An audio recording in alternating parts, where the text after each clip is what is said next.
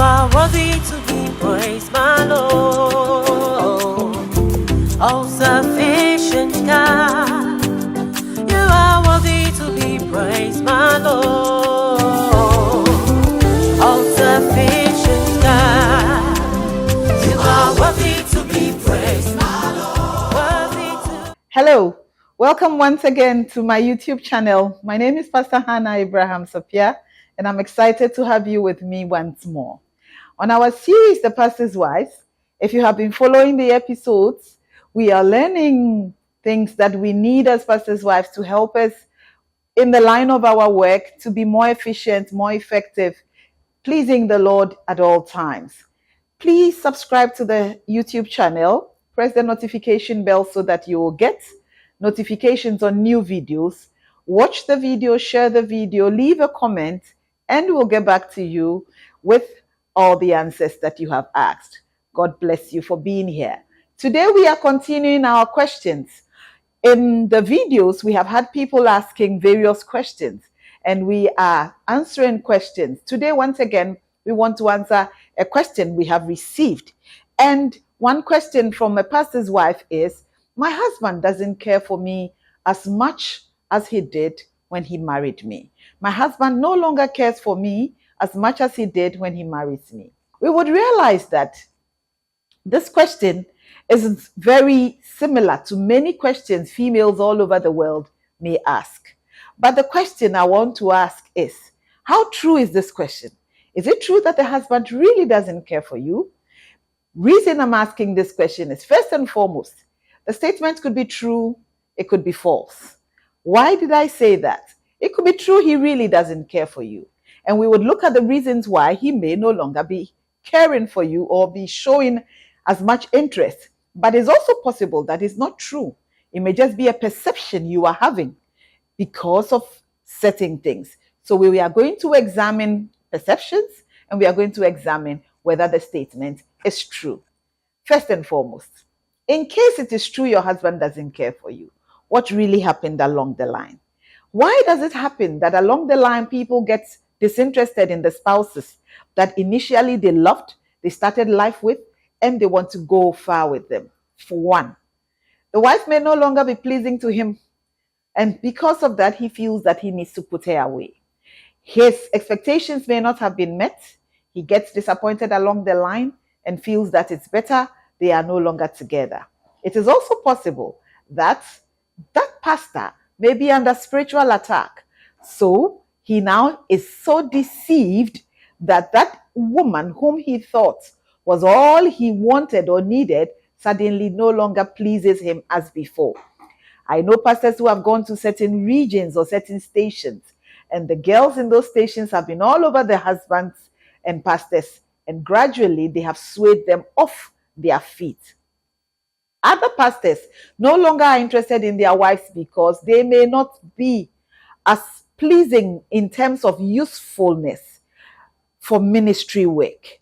I remember a pastor once was telling his wife, can you see this particular pastor? She's able to do A, B, C, D. I want you to be like that. Can't you learn from her? There are pastors who do a lot of comparison.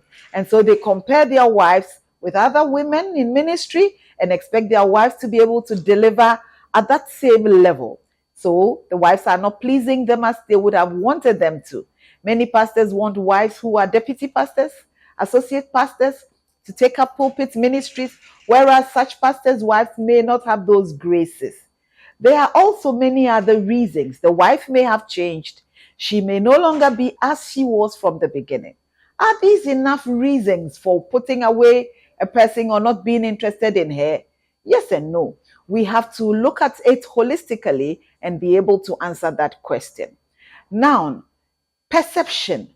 In case the woman who says, my husband is no longer interested in me, is very, very sure that what she says is true, it's possible, like we said, that it may not be true. The husband may actually still be interested in her, but she gets a wrong perception. And some of the reasons are, one, he may be so busy with his work. If you understand the male operating system, many males are goal-oriented. So before he got married, his goal was his wife. So all out, showing love, being there, availability, everything to make sure that that woman was his. Initial years of marriage, he may have been available.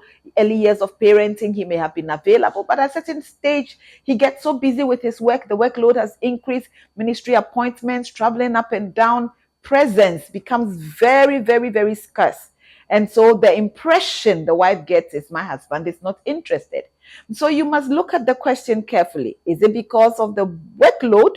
Is it because he's no longer blocking out enough time? Is he so occupied and so busy that now ministry time has become so much and home time or time for his wife has become little? So there could be truth, and it could also be a perception. What should you do as a pastor's wife if you find yourself in such a situation? First and foremost, it can be very difficult, and if you don't know how to handle this, it could result in a crisis. There are people who have broken down mentally, emotionally because of this. But work on yourself, improve yourself. Don't let tomorrow meet you the same way you were today. Your tomorrow should always meet an improved version of yourself. And so develop yourself more, read more, become better, become skilled in something, add value to yourself. Anything of value, people pay more to get. Add value to yourself in case you are being taken for granted by your spouse. Just the fact that you added value to yourself makes you now more attractive. Make yourself relevant to God and to man. There's so much in you. There's so much you can do. So make sure you are a blessing to the body of Christ. You are still married. He may not be showing attention. Give more attention to your work, more attention to the ministry. Invest in your life.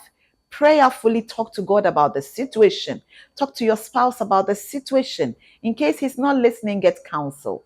Get professional help. It's so important for people to know that professional help exists, and professional help makes a big difference. Now, as you practice the better me concept and you get the help, be prayerful. Talk to God about it. I will not stop talking about prayer because the heart of man is in the hand of the Lord, and he turns it whichever way he wants. Talk to God about that situation and how you are feeling. Talk to God about what is happening, and then make sure that as you are improving yourself and you are working so hard, your value becomes such that whoever may be ignoring you will suddenly see that you are more important. What happens if he never sees? Well, make sure that you live a fulfilled life. What if he puts you away? Move on with your life and keep believing God that the best of your years will be maximized to the glory of God. Before you got married, you had a life. Before you got married, you had goals. You had dreams. Make sure that you pursue those goals. Make sure you pursue the dreams. But remember, in the role of being a pastor's wife, there are attacks along the line. The enemy is not too excited, making sure that we are limited, making sure that we are broken, making sure that we fall along the line. And so these are various ways the enemy employs attacks in our directions. We should not be ignorant of the devices of the wicked one. So make sure that prayerfully you are blocking all these loopholes and you are casting out the forces that are waging war against your home, against your thoughts, against your impressions, and begin to decree and say what God says you are. You are loved, you are special, you are cherished. You are the apple of God's eye. As you begin to continuously declare and affirm who you are in the Lord, your value, your radiance, your beauty will be seen and you'll become more attractive. I pray that God will help you on this journey as a pastor's wife. Many pastors' wives are lonely, so when they find themselves in this situation, it further worsens the loneliness they're experiencing. But when you employ these counseling tips I have just given, the Lord, through his word, will also give you a word. The word of God should never be left out as you are praying. You would find out that ultimately things will be much better. You'll have a testimony and you will do well. God bless you once again for joining me. Leave your questions, leave your comments, and we'll get back to you. Like the video, share the video, and encourage many people to subscribe. God bless you for being with us once again on The Pastor's Wife. Thank you.